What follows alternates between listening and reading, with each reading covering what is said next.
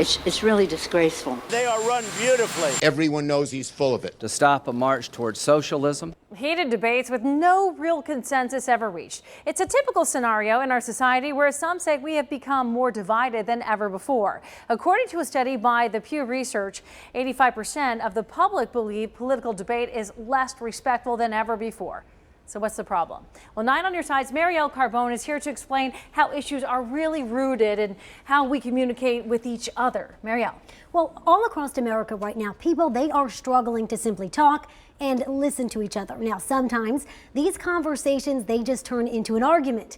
Other times, people know just not to go there. Now, this story, it is not about one particular issue, and it's also not about one group of people or another.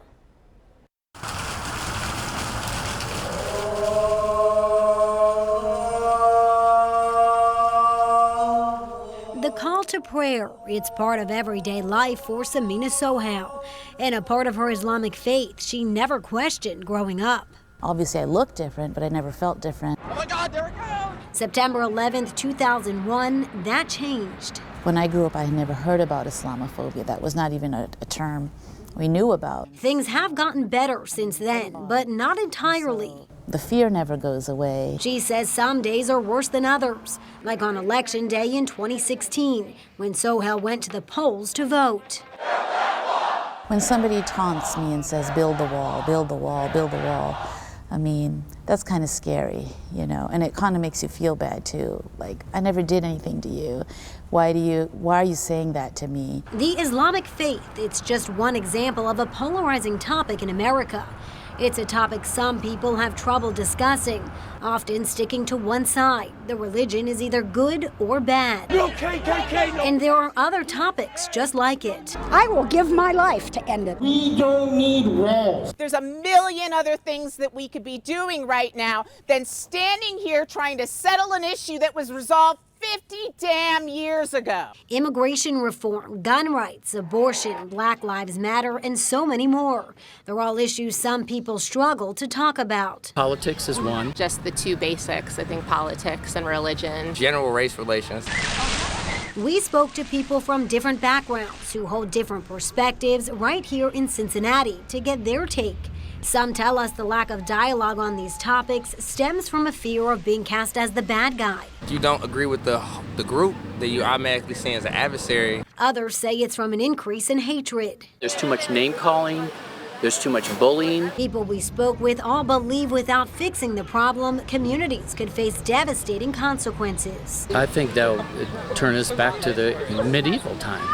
I think it's horrible. It might even get worse in some cases. So what does this mean, and what's the root cause? We went to a communication expert at Xavier University. It is the heart of the crisis that we're facing as a culture right now. James Buchanan is the executive director of the Brueggemann Center for Dialogue. The center studies communication and how we as a society discuss critical issues. He points to two main causes for collapses in communication: the information age and global influence. In that world, of that big open world, often we feel lost. Now, for some people, the solution to that loss of identity is a term Buchanan refers to as tribalism. And what that means is finding a common connector with a group, whether that's race, gender, or class, and committing deeply to it. Now, some people take on the group's beliefs as the only answer and essentially close off dialogue on certain topics. And we tend to pick our camps, stake our ground, and hold our ground, rather than living in that radical middle where dialogue takes place. Buchanan says without more open dialogue, our country as we know it could drastically change. If dialogue doesn't happen, democracy doesn't happen. But he says there are ways to change what's currently happening. Is there hope? Yes, of course there's hope.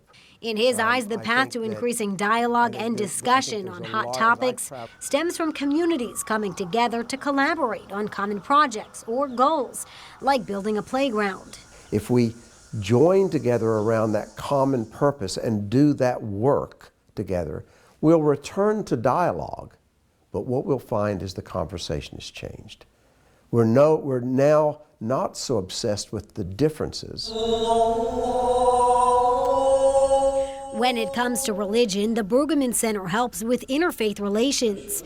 That's something the Islamic Center of Greater Cincinnati is working hard to do. It's also using its own outreach program called Know Your Neighbor, where people are invited in to learn about the Islamic faith. Still, this work only addresses one issue in a world of many polarizing topics.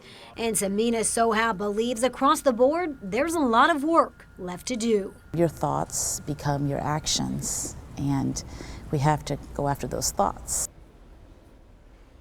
Now, opening up dialogue is not necessarily about changing people's opinions, but about finding a common ground to move forward. Still, Buchanan says there are two topics the Center for Dialogue no longer holds sessions about. Those are abortion and the Israel-Palestine issue. Craig and Tanya, he says they've never been able to make any headway on those two issues.